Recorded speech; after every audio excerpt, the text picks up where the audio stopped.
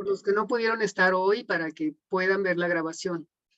Entonces, continuamos con otra presentación que tengo, que también hice, para que vean más a fondo el trabajo con los niños también. ¿Alguna duda?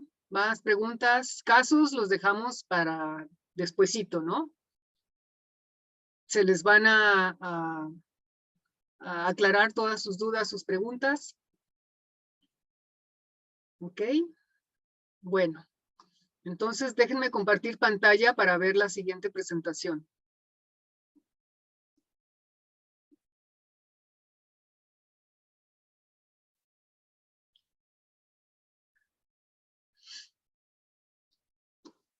Y así se llama, ayudando a los niños en el proceso de duelo.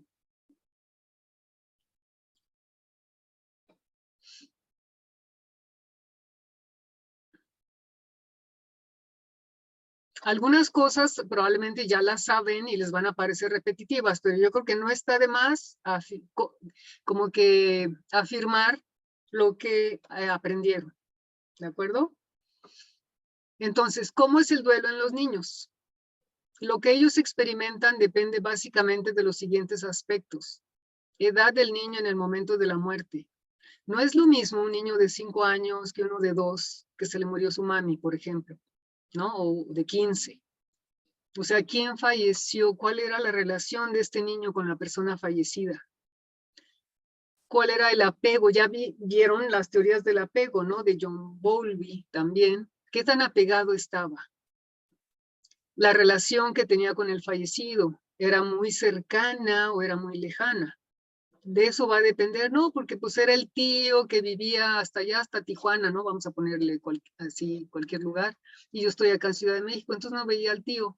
Entonces va a depender, ¿no? Qué tan cercano estaba con esa persona. Características de la pérdida ya vimos. No es lo mismo una pérdida repentina a una pérdida esperada, ¿no? De alguien que tiene una enfermedad muy larga. Y el niño a veces puede darse cuenta del deterioro que va teniendo la persona. Y acuérdense que se puede ir haciendo como un duelo anticipado, como anticiparle probablemente al niño. El niño, o sea, hay que tomarlo en cuenta y hay que explicarle lo que está pasando, porque muchas veces los dejan fuera, así como que no, no entiende, no se da cuenta, no sabe. Entonces, ¿como para qué le explican? En una ocasión me comentaron el caso de un niño pequeño, como de unos 4 o 5 años, que pues estaba, creo que era el abuelito el que estaba muy malito, muy enfermo, que pues ya no había nada que hacer, que se iba a morir, estaba ya en casa, el señor, pero al niño nadie le decía nada. Y entonces en el momento del fallecimiento, pues imagínense todos los adultos, las hijas, ¿no? De este señor que murió, lloraron, gritaron, se conmovieron muchísimo y el niño, nadie le dijo nada y el niño se asustó tremendamente y se puso a llorar, así como, ¿qué está pasando? ¿No? ¿Por qué está sucediendo todo esto con las personas aquí adultas? Entonces, no, por favor, ustedes siempre que les pidan ayuda u orientación, aconsejen, tomar a los niños en cuenta y explicarles lo que está pasando. Porque ellos de todas maneras perciben y de todas maneras se hacen sus historias y van a pensar que ellos hicieron algo para que la persona muriera. Acuérdense que el sentimiento de culpa es muy común. Bueno, pero no nada más son estas cosas de las que va a depender cómo los niños lo experimentan.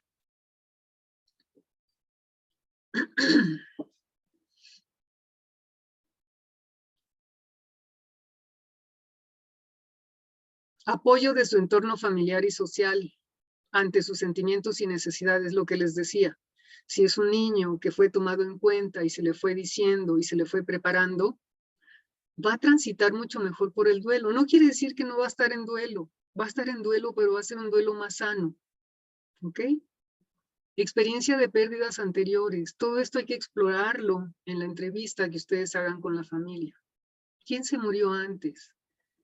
¿Cómo reaccionó el niño? ¿Se le dijo, no se le dijo? ¿Se le tomó en cuenta? Aunque haya sido una mascota, aunque haya sido un insecto. Recuerdo el caso de una mamá que ahora con la pandemia se fueron a un lugar en una costa donde hay playa, me parece, y pues hay muchos insectos, ¿no? Entonces, la niñita encontró huevecitos de lagartijas y la mamá afortunadamente era bióloga, entonces hicieron así como un nidito, ¿no? Para la lagartija, digo, para el huevito, para que tuviera la temperatura adecuada, para que pudiera salir el animalito.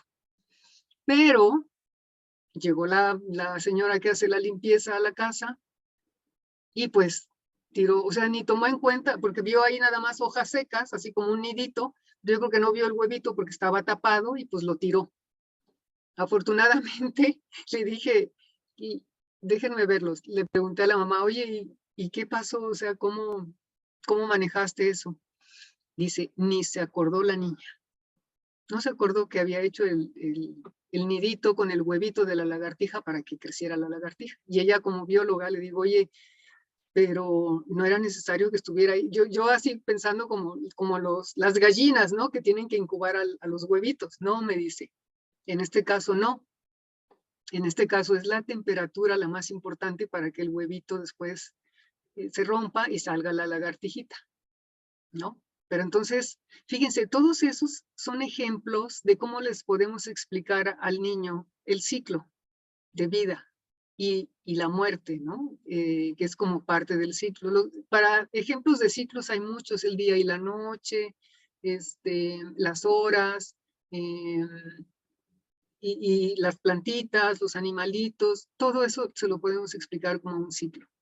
Pero bueno, acá en este caso no pasó nada. La señora de la limpieza tiró el huevito con todo y el nido y la niña no se acordó afortunadamente, ¿no? Si no, imagínense que la niña iba a sufrir porque pues ya el huevito no iba a poder ver la lagartijita chiquita. Y ven, y quién sabe si saliera, ¿no? Quién sabe si podría seguir adelante porque necesita la naturaleza. Y ellas,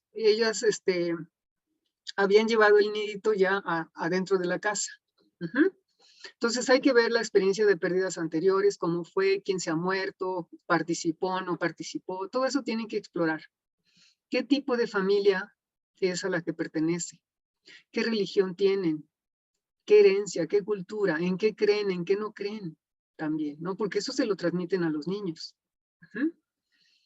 Actitudes que han aprendido a observar de la reacción de sus padres. Eso es bien importante. Los niños aprenden de lo que ven. ¿Sí? O sea, cómo mi mamá o mi papá ha reaccionado a las muertes o a las pérdidas. También de otros adultos, ¿no? Si son más apegados al niño, a lo mejor hay un tío favorito, una tía que es con la que está muy allegado y también aprende, ¿no? De qué hizo la tía, qué no hizo, cómo reaccionó, lloró o no lloró, se puso triste o no. Luego la gente lo que hace es evitar que los niños los vean llorar por no hacerlos sufrir. Pero no, o sea, voy a llorar, o sea, estoy llorando y si me agarró el llanto en este momento y el niño está, no pasa nada, que me vea llorar. Va a venir y el niño me va a decir, ¿qué te pasa? Estoy triste porque extraño también a tu abuelito. Entonces, yo también estoy triste, mami. Sí, los dos estamos tristes porque lo extrañamos, pero vamos a estar bien dentro de un rato. Entonces, también inclusive los compañeritos, ¿no? Luego en la escuela se enteran de que fulanito se le murió su papá. Y viene el niño y le dice, papá, ¿verdad que tú no te vas a morir? ¿No? Porque les da pavor perder a los padres. Ok, entonces de todo esto depende cómo va a reaccionar el niño y cómo va a ser su duelo, ¿no? Y cómo vamos a intervenir, en qué vamos a ayudar. ¿Cuáles son los objetivos? Que es el material que les estamos proponiendo la maestra Marlene y yo. ¿Cuáles son los objetivos? Entender que la muerte es un acontecimiento real. Ayudar al niño a experimentar el dolor, contactando y entendiendo sus sentimientos. Apoyarlo para que se acostumbre a la ausencia de su ser querido fallecido y aprender a relacionarse de otra forma con la persona que murió. Si se dan cuenta, está muy relacionado con las 4 tareas del duelo de William Worden. Nosotros nos basamos en estas tareas para elaborar este libro especial de recuerdos. Para niños de 6 a 9 y niños de 9 a 12. Ok. Ahora les voy a platicar, yo hice esta presentación con casi los primeros casos que me llegaron cuando yo empecé a incursionar en esto de la tanatología infantil o el proceso de duelo en los niños. ¿Sí? Se realizó con 2 pares de hermanitos, 2 niñas y 2 niños, entre 5 y 11 años de edad. Karen, de 11 años, y Aarón, de 5, cuya madre murió accidentalmente al tocar unos cables de alta tensión. Al no haber padre, quedaron a cargo de su tía materna. Ellos fueron los primeros que llegaron a mi consultorio. Llegó la tía con ellos 2 y me dijo, ayúdame, ¿no? Y yo así como que, ¿y cómo? Hay que investigar, hay que estudiar, hay que prepararnos para atender duelos en niños y en adultos también. Los otros 2 fueron María, de 11 años, y Tito, de 9, cuyo padre murió en un accidente automovilístico y quedaron a cargo de la madre. Esta fue una muerte, las 2 fueron muertes, imagínense, inesperadas. Entonces, eso de alguna manera puede complicar también el proceso de duelo, porque así nomás de repente, si estaba bien y venía, o sea, este señor venía en la carretera y se estrelló de frente, parece, con un camión y se murieron dos personas ahí. Entonces fue algo inesperado, ¿no? Llegaron conmigo cuando María tenía 11 y Tito 9. Y yo hice, ¿qué hice? Durante 15 sesiones individuales semanales, fíjense, aquí me tardé más porque la muerte fue diferente, se fueron elaborando las distintas hojas, 3 a 4 por sesión. Al finalizar, el niño se lleva el libro a su casa donde puede volver a leerlo cuantas veces quiera, enseñarlo a sus familiares, compartirlo o guardarlo. Es la herramienta, les digo que producto de todo esto, de toda esta experiencia que tuvimos, dijimos, vamos a hacer algo que ayude a los terapeutas a manejar el duelo con los niños. Y por eso, bueno, hicimos este material. Lo que pasa es que los libros tienen, si mal no recuerdo, como 50 hojas, porque bueno, tienen prólogo, tienen introducción. Entonces, si trabajan 3 o 4 hojas por sesión, más o menos se llevan entre 10 y 12 sesiones, ¿no? Pero acá fueron 15, a lo mejor tomé en cuenta la entrevista que hice con los familiares y la sesión de psicoeducación con los padres sobre cómo es el duelo en los niños, eso es bien importante. Y también les hice una entrevista para saber qué les pareció haber hecho este libro. Y aquí están todos sus testimonios, ahorita se los voy a mostrar. Después de que ustedes atiendan a los niños, bueno, de que yo los atendí, en este caso a estos 4 chiquitos, realicé una sesión mensual por 6 meses aproximadamente, después de los cuales las sesiones se pueden espaciar a cada 2 o 3 meses. Es bien importante el seguimiento, ¿no? Porque si son muy chiquitos en el momento en que les tocó enfrentarse a la muerte, hay que ver cómo van reaccionando conforme van creciendo.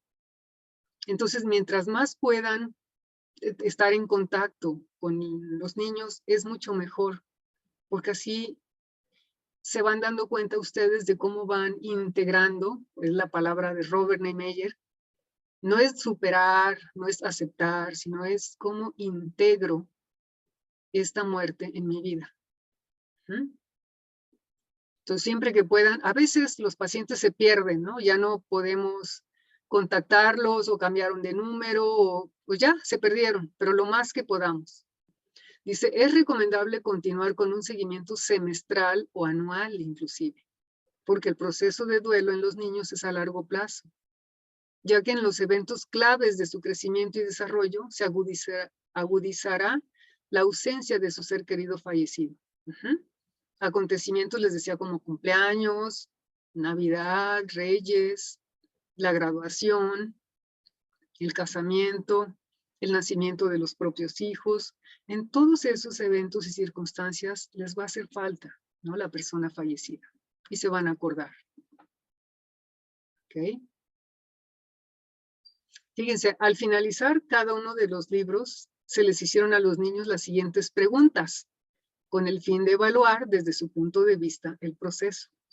Estas son preguntas que yo, pues yo saqué de mi cabeza, ¿no? Así como diciendo, a ver, ¿qué será bueno preguntarles a los niños? Y bueno, estas son las que se me ocurrieron.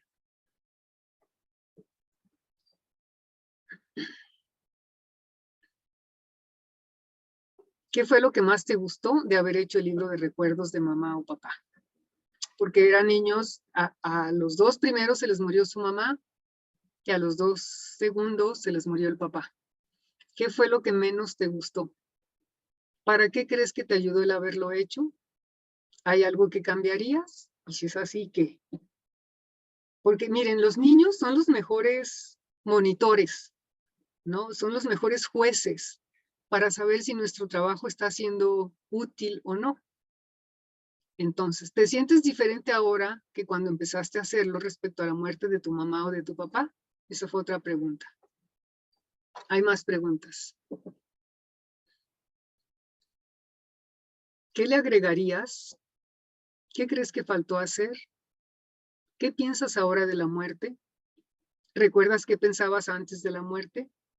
Yo creo que los niños ni pensaban, ¿no? O la veían nada más en las caricaturas. ¿Crees que un libro de recuerdos como este puede ayudar a otros niños a quienes se les ha muerto un ser querido? ¿Por qué? ¿Y qué aprendiste de la vida? ¿Qué aprendiste de la muerte? ¿Hay algo más que necesitas ahora? ¿Puedes decir algo más que ayude a mejorar mi trabajo con los niños que han perdido a un ser querido? ¿Y qué le dirías a un niño que ha perdido a su mamá, papá, abuelito, abuelita, etcétera? ¿No? O sea, así como que, ¿qué consejo le darías? Y aquí es cuando recuerdo que una niña me dijo, que quiero ser su amiga, ¿no? O sea, se solidariza, se mostró como empática con los niños que estaban en la misma condición. Ahora sí, vamos a ver los testimonios. Todo está escrito, ¿eh? No hay videos, no hay nada.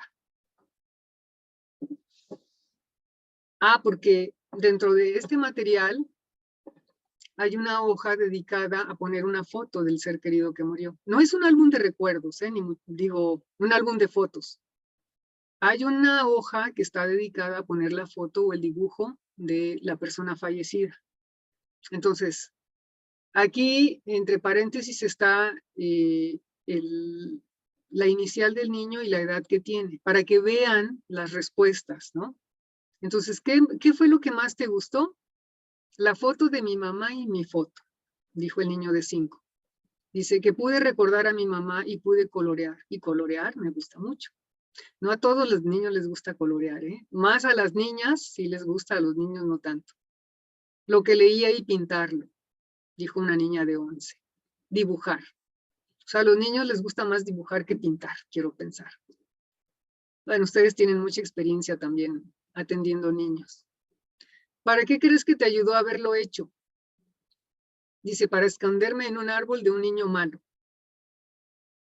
Para recordar a mi mamá, pensar en ella. Para recordar a mi papá y para reflexionar las cosas. Para recordar a mi papá. Para eso les ayudó. Y los recuerdos son importantes.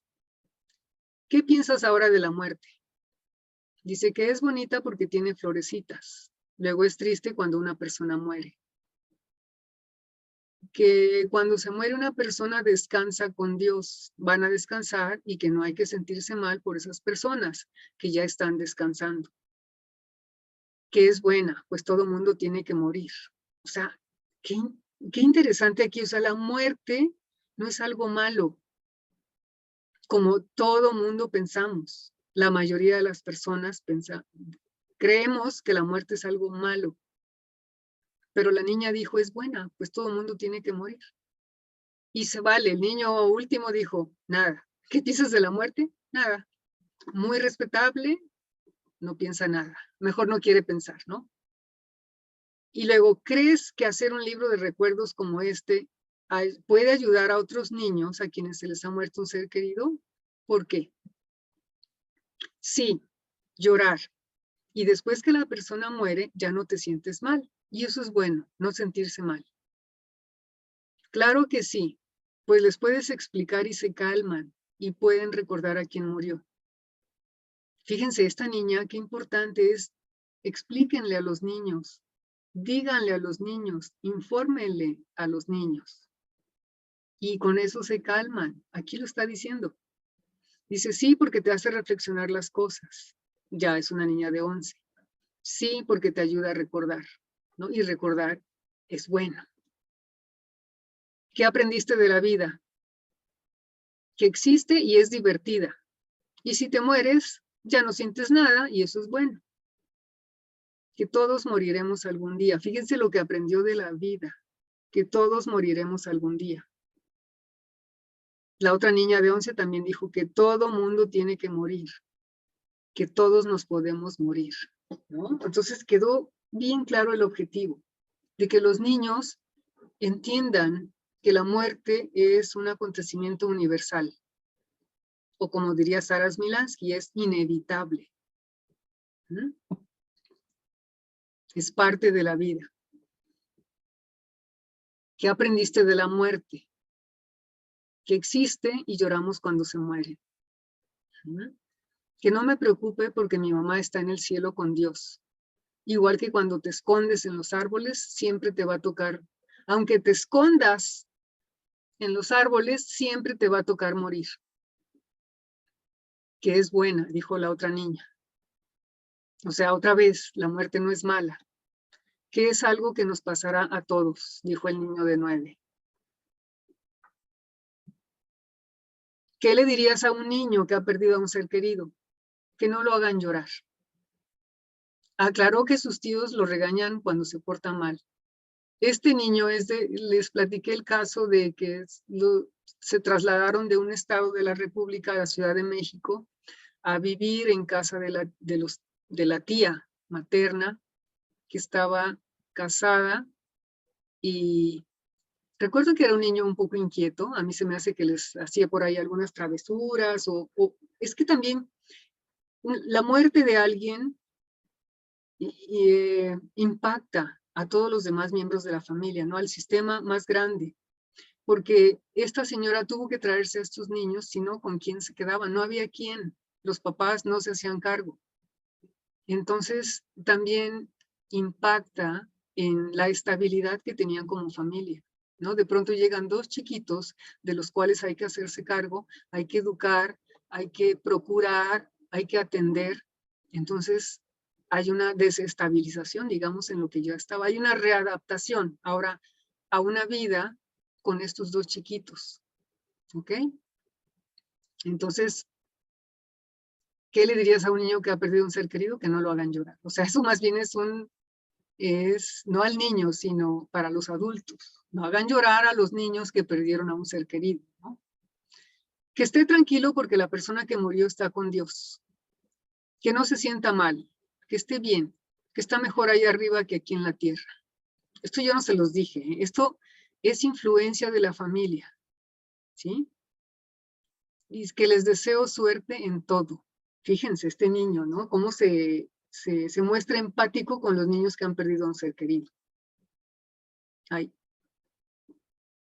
ay, ¿qué pasó? Espérenme.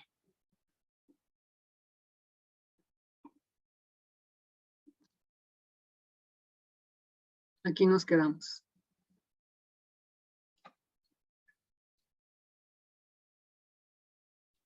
¿Y ahora por qué no se puede ver? Ah, creo que ya terminó. ¿Esa era la última pregunta? Sí, esa era la última pregunta. A ver.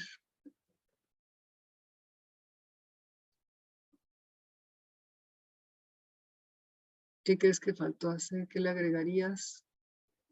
No, ya no puedo ver la presentación. ¿Quién sabe qué pasó? Que no lo hagan llorar, aclaró que sus tíos. Como que se quedó a medias, oigan, perdón. Déjenme buscar qué pasó aquí. Ok, déjenme buscarla. Mientras, si tienen dudas o preguntas, mientras la encuentro,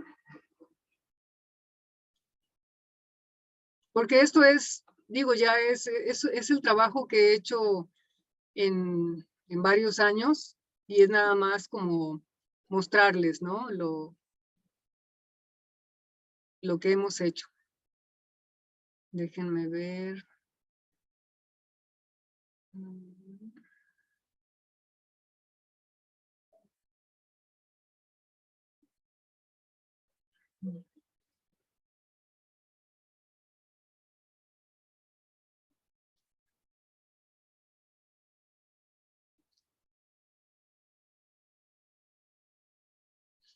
Sí, no sé, a ver, déjenme ver si está acá.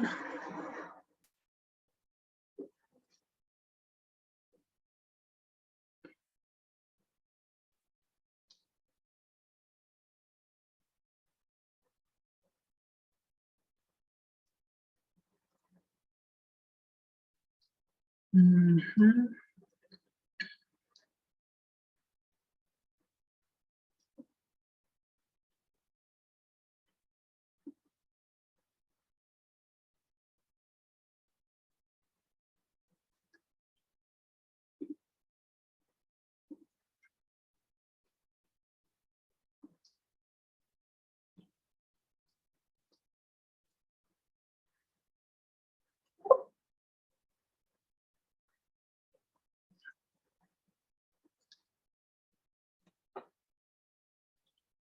Permítanme, estoy viendo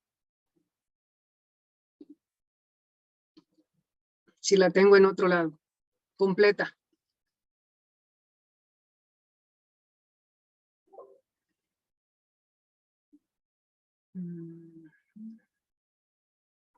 Tengo muchas presentaciones. Déjenme ver si la debo de tener. Nada más que tardan en abrirse.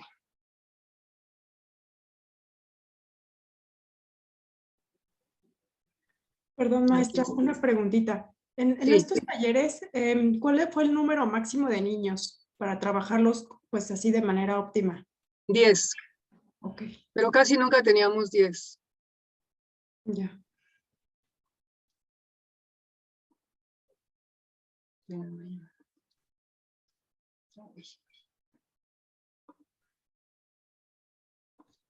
Fíjense que no, la presentación que pensé que tenía igual, no la tengo aquí. Pero bueno, miren, son las 2:30, tenemos media hora para, díganme lo que ustedes quieren que abarquemos, que de lo que hablemos, de la orientación que necesiten. Yo tenía esa presentación. 19, vamos a ver la del 12.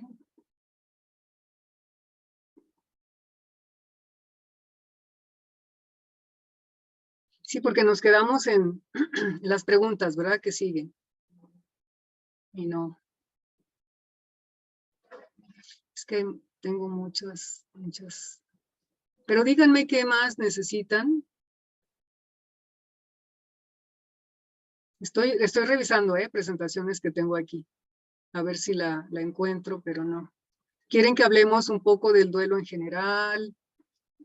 Que hablemos más de duelo en los niños. A mí me gustaría, maestra, sí, como si pudiera abordar un poco más en adolescentes, ya que es así como más complicada la comunicación con ellos. Sí, miren, a mí me han comentado casos o me han dicho, oye Marta, quizá tú puedes atender a un adolescente que se murió su papá, su mamá vende verduras, fue una muerte, parece que por COVID, ¿no? Ya ven que ahora. Pero el chico está renuente y no quiere ser atendido, o sea, no quiere ir con alguien. ¿Qué hacemos en esos casos? Si lo llevan arrastrando, difícilmente el adolescente va a cooperar, ¿no? Entonces, yo lo que les sugeriría es trabajen con la familia. Claro, de acuerdo, totalmente. Den información, o sea, los que quieran venir a sesión, órale, vengan, y básicamente den psicoeducación sobre duelo. Justo. ¿Ok? Entonces, cuando el adolescente no quiere, educación sobre duelo, y si el adolescente accede, se van a encontrar seguramente con estas preguntas de pues del conflicto existencial, ¿no? De que, bueno, y entonces, ¿para qué venimos? ¿Para qué nacemos si nos vamos a morir algún día? Y ahí es donde pueden ustedes abordar el tema que él quiera, ¿no? Acuérdense, las emociones, los sentimientos, siempre es importante abordarlas en esto del duelo. ¿De acuerdo? Gracias. Erendira, levantaste la mano y también Paola, ¿verdad? Ahorita, Paola. Sí, gracias. Dime. Buenas tardes. Iba un poco en esta línea. Yo quería saber, pensando un poco en el modelo de trabajo con adolescentes de la Gestalt, que marca 3 etapas, ¿no? Una que es mucho más hacia adentro, ¿no? La de, digamos, o sea, bueno, primero una hacia afuera, ¿no? Que es esta como de desarraigo, la otra que es internalización más hacia afuera y la otra de integración. Sí hay una diferencia en cómo se trabaja con ellos el duelo, justamente por, o sea, digamos, sin ponerle edades, ¿no? Como lo mencionó, pero sabiendo que hay estas tendencias, como que merece trabajar con ellos en qué etapa, ¿no? También es profundizar un poco la adolescencia, nomás que yo levanté la mano antes de la pregunta, igual y es un poco más de lo mismo, o profundizarlo, pero por ahí va. Gracias. Sí, todo va a depender de la cooperación que tengan del chico, ¿no? De la chica adolescente. ¿Qué tanta apertura? Probablemente las primeras sesiones no se puedan abordar temas tan profundos como las emociones. A lo mejor no quieren mostrarse, no quieren hablar de ellas. Hay que ir respetando los tiempos y la manera en que ellos quieren trabajar. ¿De acuerdo? Pero sí, con los adolescentes no es fácil, ¿no? Depende. Depende si es un preadolescente o si es un adolescente o si es un adulto joven, porque, bueno, yo he trabajado con personas de 30 y están en esa etapa de, bueno, ¿y entonces qué caso tiene? Y también me han dicho, oye, ¿y puedo estar bien? ¿O debo de estar triste todo el tiempo? ¿O no debo disfrutar? ¿No debo de ir al cine ni de poner música? Entonces ya les explicas que el duelo es algo que se lleva por dentro, ¿no? En tu corazón. Y que tampoco una persona puede estar en un estado permanente de tristeza, que va oscilando así como el electroencefalograma. Va a haber días buenos, días no tan buenos, y otros días en que estés bien y otros días en que estés, pero para abajo. Y está bien, se vale. Así es el proceso de duelo. ¿De acuerdo? Pero sí, lo que decíamos hace rato, el qué dirán. ¿Qué van a decir si yo pongo la música a todo volumen? Y tengo ganas de hacerlo, pero no, porque ¿qué va a decir los vecinos? Que ya no me importa, o que ya tan fácil. Y hay gente como que hace su estilo de vida ya así, estar en el papel de víctima, no, pobrecita de mí, que me quedé viuda, y de ahí se agarran y ahí así siguen en su vida. ¿Por qué? Por toda la atención, por toda la conmiseración que tienen de los demás, y tienen sus ganancias, ¿no? Entonces esas personas pues ya hacen su modus vivendi así. Si van a terapia puedes ayudarlos, pero si no van, ya se quedó así. Por eso les digo, si el adolescente no quiere ir, venga a la familia. Y tú entrenas a la familia y platicas con la familia sobre cómo lidiar con el adolescente. ¿Ok? A ver, Elizabeth. Sí, gracias. Gracias. Y una pregunta. Con respecto a, también tengo niños que vienen enfermos, por ejemplo, de leucemia, ¿no? Ellos mismos. Entonces, la pregunta es, en esa misma línea, trabajar con ellos, con su duelo, pérdida de la salud, pero además como con enfermedades, pues, digamos, graves, ¿no? Como puede ser una leucemia, un cáncer. Sí. Sí, fíjense, ese también es otro tipo de duelo, el propio duelo del niño cuando se va a morir, ¿no? Cuando tiene una enfermedad terminal. Y eso también es un tema que se va a abordar en uno de los módulos de este diplomado con la maestra María Eugenia Urbina. Van a hablar sobre las enfermedades crónicas y terminales y la pérdida en el niño y el adolescente, porque una cosa es un niño en duelo porque se le murió alguien, y otra cosa es mi duelo porque me voy a morir. Y no tanto el niño, ¿eh? Los niños son muy naturales y como que van aceptando, son muy prácticos, pero la familia, la que está alrededor, es la que tiene estos frenos y esto es no quiero, no puedo, me pongo mal, y empiezan con miedo y le transmiten al niño el miedo. Entonces, van a abordar este tema ya específicamente cuando un niño sabe que está muerto, digo, que está enfermo y que se puede morir. Y les recomiendo el libro de Elizabeth Kubler-Ross que se llama Carta a un niño con cáncer. No sé si lo conocen. Déjenme ver si lo tengo y se los comparto, ¿vale?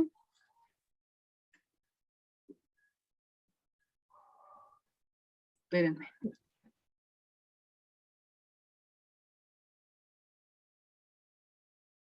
Uy.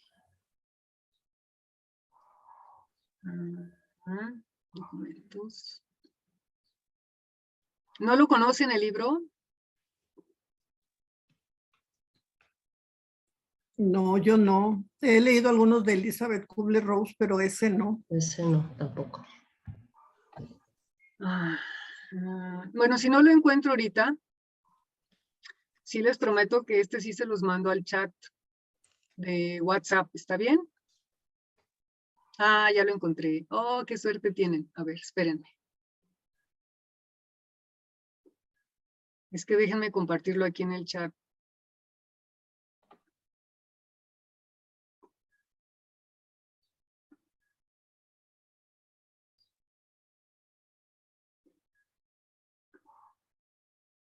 Un momentito, ¿eh? Es que esto... Ya, aquí está. Ahí está. Es un libro muy bonito que les va a ayudar mucho a cómo explicarle a un niño que va a morir, ¿no? Como que va a volver a casa. Está muy sencillo, es muy cortito, pero es muy útil y muy práctico. ¿Sale? Bien, Olimpia, Gracias. ¿tienes una duda? ¿O eras tú, Olimpia? Sí, No. maestra. ¿Qué tan recomendable es que, por ejemplo, cuando incineran a la persona y yo ve que no sé cómo se llama el bowl ese donde lo ponen? La urna. A la urna esté en la sala o en el comedor, y la gente que entra pues está viendo, o sea, todo el mundo ve, y luego está la foto, y es inevitable que la gente, el que llegue, pues no, a veces pregunte algún comentario de que, mira, le pusiste una florecita, mira, o sea, ¿qué tan recomendable es si ya pasaron como casi 3 años, pues, o sea, qué tan bueno es que los niños estén viendo y razonando cada rato con el comentario, ya sea del pariente, de la visita, etcétera, que esté la imagen ahí del muerto y la urna? Y la urna con las cenizas. Es que miren, se ha visto últimamente una como privatización de las cenizas, ¿no? Antes se velaba el cadáver y se tenía que enterrar, pero ahora con la practicidad de cremarlos, y es una caja, digo, relativamente pequeña, pues se les hace fácil tenerla en casa. Yo, miren, he platicado con personas que tienen la urna de sus parientes en el closet, que el abuelo, la abuela, o sea, yo soy de la idea de que si la quieres tener un tiempo en casa está bien, pero acuérdense que los vivos deben estar en un lugar y los muertos deben tener su lugar. Yo eso les aconsejo y les oriento a la familia. Porque una vez atendí el caso de un señor joven que murió su papá y la mamá iba a depositar la urna en una iglesia, pero él dijo, pero a mi papá no le gustaban las iglesias, ¿por qué lo vas a llevar ahí? Dámelo. Y este señor se llevó la urna de su papá a su casa y lo puso, o sea, hasta le puso una gorrita que usaba su papá y platicaba con él y le daba así un zape, como jugando, ¿no? Pero era la urna. Entonces la esposa pues empezó así como a protestar de que, oye, ¿por qué vamos a tener eso aquí? Entonces, bueno, yo en la terapia, en la intervención que hice, le expliqué por qué los vivos deben estar en un lugar y los muertos deben estar en su lugar. Porque ese ya no es tu papá. Son los restos, ¿no? De quién fue tu papi. Y de alguna manera, no se lo dije, pero yo se los digo a ustedes, está apegándose a un objeto inanimado, que no es la persona. Entonces, uno cumple, chicas, colegas, en decirle lo conveniente, pero finalmente la familia decide lo que hace o no hace. Yo creo que no es conveniente tener la urna ahí como en primer lugar, digamos, y la imagen del difunto. Yo diría que a lo mejor en fechas importantes como el aniversario, como Navidad, Año Nuevo, a lo mejor sí pueden hacer un rincón conmemorativo, que se llama, ¿no? Y poner la imagen y ponerle una veladora, ponerle flores, pero un rato nada más, un momento, hablarle algunas palabras y ya. Recuerdo otro caso también de un niñito de 5 años que pues el abuelo falleció y le explicaron y entonces le dijeron que ahí en la urna estaba su abuelo. Entonces el niño traía sus juguetes y le ponía juguetes a la urna, ahí al abuelo y él los suyos como para que estuvieran jugando. ¿Sí? Entonces, bueno, yo soy de la idea que si al Señor no le gustaban las iglesias, ahorita hay otros lugares donde se puede poner las cenizas. Las agencias funerarias, que es un lugar neutral, ya hicieron un espacio con nichos para poder guardar las cenizas. Puede ser ahí, puede ser en la iglesia o puede ser en un cementerio también. Las cenizas se pueden enterrar, no pasa nada. ¿De acuerdo? Entonces, si tú me dices, oye, es conveniente, oye, no, yo digo que no. Pero ¿qué puedes hacer? Orientar, informar a la familia y ojalá hagan caso, ¿no? Para que las depositen en el lugar que les corresponda. ¿De acuerdo? Gracias. Olimpia, Paola. Gracias. Yo tenía la duda de, bueno, si en su experiencia, ¿cómo ha manejado la angustia de muerte o si la preocupación por la muerte, pues, ¿no? ¿De en quién? este caso, pues porque por la posibilidad de la muerte desde el COVID, pues sí, en general, ¿no? Pues como se maneja la angustia a lo que te cause angustia, o sea, les das técnicas de relajación o hablas del asunto, a ver, ¿a qué tienes miedo? No, pues es que a contagiarme, ajá. ¿Y cómo puedes evitar contagiarte? Pues la mascarilla y no salir y lavarme las manos, ok. Entonces, si tú llevas a cabo todas las medidas, no te vas a contagiar y no te vas a morir. A ver, y dime, ¿estás vacunado? No, pues que sí, que no, bueno, eso te protege de alguna manera contra. Pero los niños, así que los niños, si los niños sienten angustia por contagiarse es porque están viendo que los adultos están angustiados y están en pánico y no quieren salir y tienen miedo. Y yo digo, qué bien que se cuiden, porque hay muchos contagios ahorita, ¿no? Entonces, de esa manera, hablándolo con técnicas de respiración, dibújalo, a ver cómo es tu angustia, qué forma tiene, cuándo la sientes, etcétera. O sea, de esa manera lo puedes abordar. ¿Sale? Laura. Sí, bueno, en esto que decían de la angustia, a mí me tocó una niña que tenía miedo literalmente a pisar la banqueta de afuera de su casa. Y sí, el problema era la familia, cómo lo estaba abordando la familia, que no tenían cuidado en las noticias, en que ya se murió fulanitos, el vecino, el tío y así. Entonces fue trabajar mucho con la familia de cómo le hacía llegar la información y también pues lo mismo, o sea, la seguridad de mientras hagas lo correcto, te cuides, usas cubrebocas y todo, pues todo va a estar bien, ¿no? Y en el caso de lo de las cenizas, les quería compartir de un niño que cuando estaba embarazada, su mamá de él, su hermana fallece en un accidente en motocicleta. Y la mamá guarda las cenizas y una foto y ya, pues imagínense, el niño venía conmigo creo que a los 5 o 6 años, tenía eso de que había muerto su hermana. No la conoció, sin embargo, le tenía muchos celos a la hermana y tenía una obsesión por las motos. O sea, de hecho un día estaba yo dando la cita, el niño se sale y a mover una moto que en la que iba su mamá por él. Y o sea, mucha obsesión hasta de mecánica y todo. Y digo, ¿qué tanto eso lo comenté con su mamá, o sea, qué tanto le está afectando que tengas tan presente a su hermana ahí en casa con las cenizas y con la fotografía, que incluso se está sintiendo desplazado y quiere llamar tu atención, ¿no? Exacto. Sí, muy bien, Laura. Seguramente eso es. Oigan, es que los difuntos tienen su lugar. Ajá. O sea, ya fueron, ya vivieron, fue su destino. Yo creo que no es sano tener ahí las cenizas después de quién sabe cuántos años. Cuando estaba embarazada, imagínense, del niño y todavía tiene ahí las cenizas.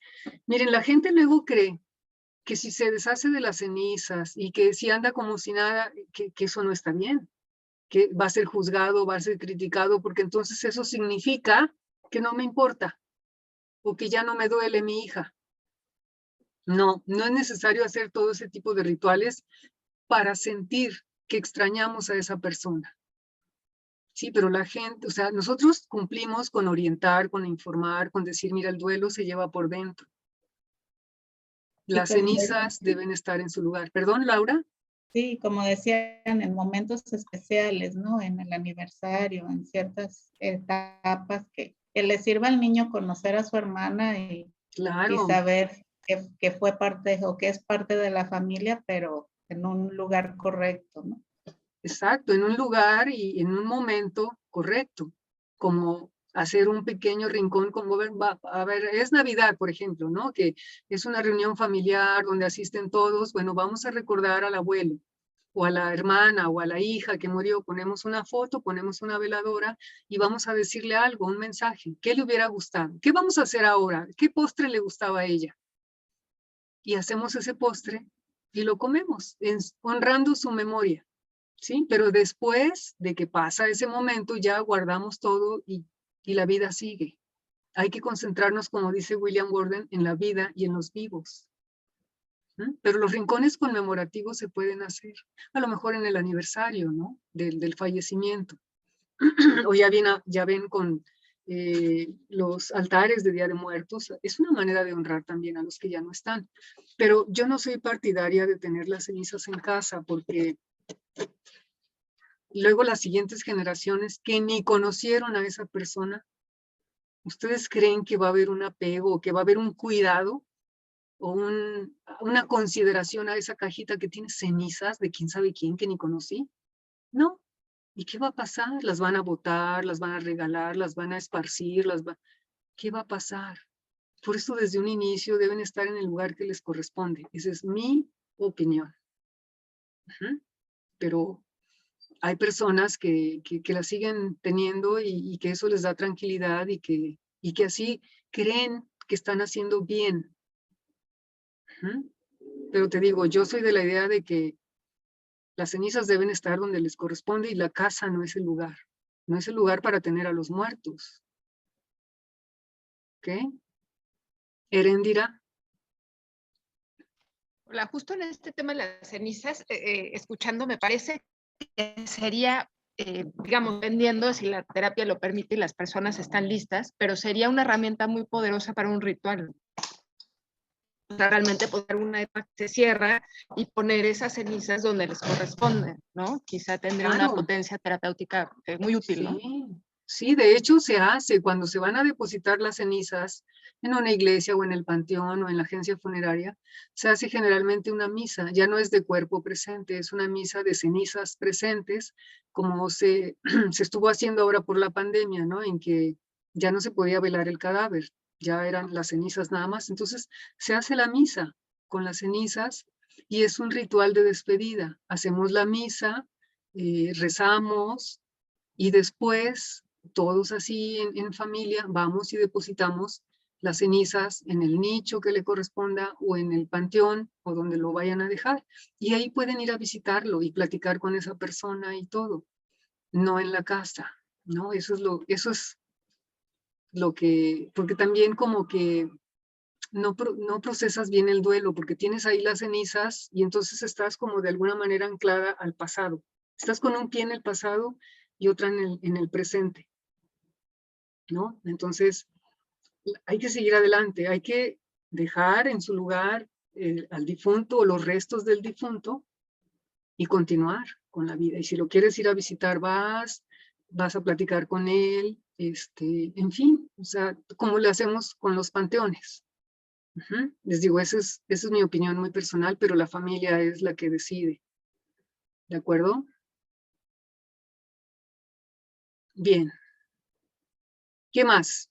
¿Qué más nos quedó pendientes? Creo que abarcamos ya bastante. Miren, vamos a tener otros módulos. Les decía, su próximo módulo es ahora en febrero. Si no mal recuerdo, no recuerdo la fecha, no la tengo aquí, pero van a abordar la enfermedad crónica, las enfermedades 19 crónicas de febrero, y maestra. el 19 de febrero van a tener su módulo con la maestra María Eugenia Urbina sobre las enfermedades crónicas y terminales.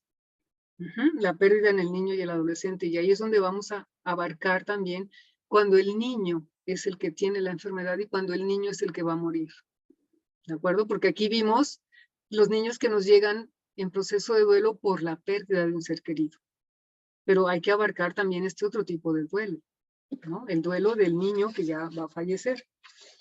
Y luego van a tener también un módulo en donde se va a hablar las formas de acompañar a un niño en duelo. También se les van a platicar casos de cómo acompañar a un niño en duelo.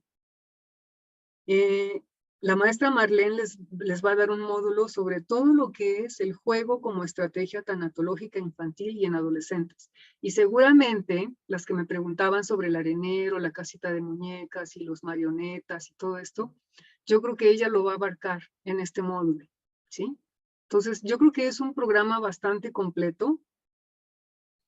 Nada más con calma, acuérdense que es una vez al mes, porque está un poco largo, está un poco cansado, porque son muchas horas, pero vamos poco a poquito, no se desesperen, vayan anotando todas sus dudas, todas sus preguntas que tengan para que ustedes tengan la respuesta en los módulos. Al finalizar vamos a tener un módulo que es cuentos y juegos para trabajar la tristeza y la muerte con los niños y los adolescentes, y se les va a dar todo un kit de herramientas que van a poder tener para abordar este tema, ¿no? Con los niños y los adolescentes, ¿sí? O sea, todo lo que vimos hoy es bien importante, o sea, es el concepto de muerte, o sea, cómo conceptualizan los niños la muerte. Entonces, ojo, nos llega un niño en proceso de duelo, ¿qué edad tiene? ¿Cómo es su desarrollo cognitivo? ¿En qué etapa está? ¿Hasta dónde entiende? ¿Y qué más necesito yo explicarle? Otra cosa importante es la esfera emocional. También indagar ahí qué siente, qué emociones sientes. El profesor Felipe, el maestro Felipe les habló de la reglita de las emociones también, ¿no? También es una herramienta que nos puede servir para medir, ¿no? Son las emociones, las principales que se sienten en el duelo son la tristeza, el dolor y el enojo. Los niños, mientras más grandecitos son, más identifican el enojo. Los muy chiquitos casi no, ¿no? Nada más dicen que están tristes y que les duele. Les duele, les digo, ¿te duele tu corazoncito? Sí, porque no es un dolor físico así de que me pellizco o me golpeé. Es un dolor dentro, ¿no? Tu corazoncito te duele. Ajá. A ver, ¿y cuánto te duele de estas caritas que están aquí? Se las enseñó creo que el maestro, ¿no? El maestro Felipe. Todo ese material lo venden en Donna His Play Therapy. Entonces, es otra herramienta también que les puede ayudar como para hacer mediciones antes de su intervención y después. Yo, de hecho, las usé con los niños de la tesis. Les puse las reglitas de las emociones para que me dijeran cómo estaban sus emociones antes y después de la intervención. Entonces, hay muchos juegos terapéuticos que les pueden servir para, para que tengan apoyos y tengan herramientas a la hora de atender a los niños en duelo. ¿Sí? Yo les quiero compartir. Sí, he hecho algunas veces con algunos pacientitos como un tipo mapa, hablando de lo de las emociones, como cuando recién llegan, en el caso que sea por una situación de duelo. Entonces, hacen ellos como el corazón, y así como cuando nos dejan en la escuela que colorea la zona del clima desértico y la zona donde llueve y todo esto, así, pero en lugar de climas, pues son las emociones, ¿no? Entonces ellos deciden de qué tamaño está la emoción en ese momento y al final cuando ya se van. Hay un libro en que yo me apoyo mucho, no sé si ustedes lo tengan porque yo lo he buscado y ya no lo están editando. Es una colaboración de muchos psicólogos, muchas personas que participaron, no es un solo autor. Se llama Emocionario. No sé si lo conozcan. Está buenísimo porque viene como la explicación breve de la emoción y otra, un poquito con una pregunta que también hace una descripción un poquito más detallada y un dibujo así alusivo, ¿no? Entonces, cuando el niño se me atora así de que, pues es que no, ahorita no sé qué hay en mi corazón, entonces nos vamos como es un diccionario de emociones, digamos, ¿no? Entonces está bien padre. Sí. Y viene, por ejemplo, cuando se menciona el odio, porque esa palabra es como muy fuerte para ellos, pero realmente hay niños que me dicen que sí lo sienten. Entonces ahí hace la aclaración en el libro que puede ser un sentimiento temporal y que no necesariamente que sientas odio por alguien, justo porque es temporal no quiere decir que lo vas a dejar de querer o que lo estás dejando de querer, ¿no? Y eso alivia mucho cuando traen esta culpa, ¿no? Exacto. Dentro de ellos. Bueno, esa era tu aportación, Erika. Muchas gracias. Es que como a mí me encanta ese libro, me ha servido un montón, pues se los comparto. Ojalá si están por ahí en México, yo estoy acá en Sinaloa y a lo mejor hay más facilidad de que lo consigan. Ok, muchas gracias, Erika. Sí, pueden hacer una figura humana también, mostrársela al niño y decir, a ver, ¿dónde sientes qué? No, es que estoy triste, ¿dónde lo sientes? ¿Y de qué color es? Y ahí ellos van señalando, ¿no? Esa es una medición que pueden hacer también antes de la intervención y después. A ver, ahora, ¿cómo está esa tristeza? ¿Cómo está ese dolor? ¿En dónde se siente ahora? ¿No? O sea, hay muchas herramientas y técnicas que pueden utilizar para trabajar el duelo, ¿no? El arenero, la casita de muñecas, las marionetas, pueden hacer su presentación en Power, inclusive poner ahí el material que ellos van resolviendo en una libreta que ellos, por ejemplo, con Mateo, les dije, necesito que tengan una libreta tamaño profesional porque va a responder algunas preguntas y va a hacer algunos dibujos. Yo se los ponía en la pantalla y él los copiaba o él respondía, ¿no? Y él se queda con ese material. Porque ahorita pues la distancia así nos ha puesto, ¿no? A trabajar a través de una pantalla, pero se puede. Y es igual de efectivo. Yo he tenido seguimiento con Mateo y va muy bien. Entonces, a ver, Erendira, ya casi estamos terminando. En este punto, una muy breve. ¿Tú has ajustado, según las edades, los tiempos que das terapia online con los niños? Por ejemplo, los más chiquitos que quizá no aguanten, ¿no?, los 50 o la hora. Fíjense que nosotros, por ejemplo, para dar este taller de grupal de niños en duelo, establecimos que las edades serían entre 6 y 10 años y máximo 10 niños para poder atenderlos, digamos, debidamente, ¿no? Poderles dar atención. Como son varios niños los que están y participan, entonces los niños se dan cuenta que no son los únicos que se les murió un ser querido, por ejemplo. Ahora, las sesiones están programadas, lo que me decías, para 1 hora, 1 hora y cuarto, porque son muchos niños y participan. Pero cuando es una sesión individual, yo doy 45 minutos a los niños. ¿Sí? No más. Todo va a depender también cómo los vean. Habrá niños que aguanten más y que estén bien entusiasmados y quieran seguir, pero si tú notas que ya trabajó suficiente, ya se cumplió el objetivo de esa sesión, con 45 minutos está perfecto. Pero si es un grupo grande, sí tienes que dar más tiempo, ¿no? Para que dar chance de que todos participen.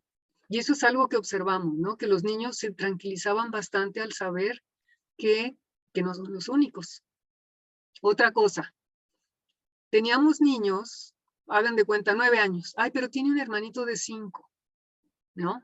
ya no entra dentro de los límites que nosotros establecimos. Sin embargo, permitimos que estuvieran en cámara también, que estuvieran tomando el taller. ¿Por qué? Porque son niños un poco más inquietos, se levantan, están por ratos en la computadora, pero también se sienten importantes, ¿no? Porque yo también estoy aquí. Y nos sucedió el caso contrario, que los chicos tenían hermanos o hermanas ya adolescentes, de 12 años. Y en ese caso, pues imagínense, no, nada más va a estar tu hermana de 8 y tú de 12 no, porque ya tienes 12. No, pues también bienvenida, ¿no? Y las estuvimos atendiendo también.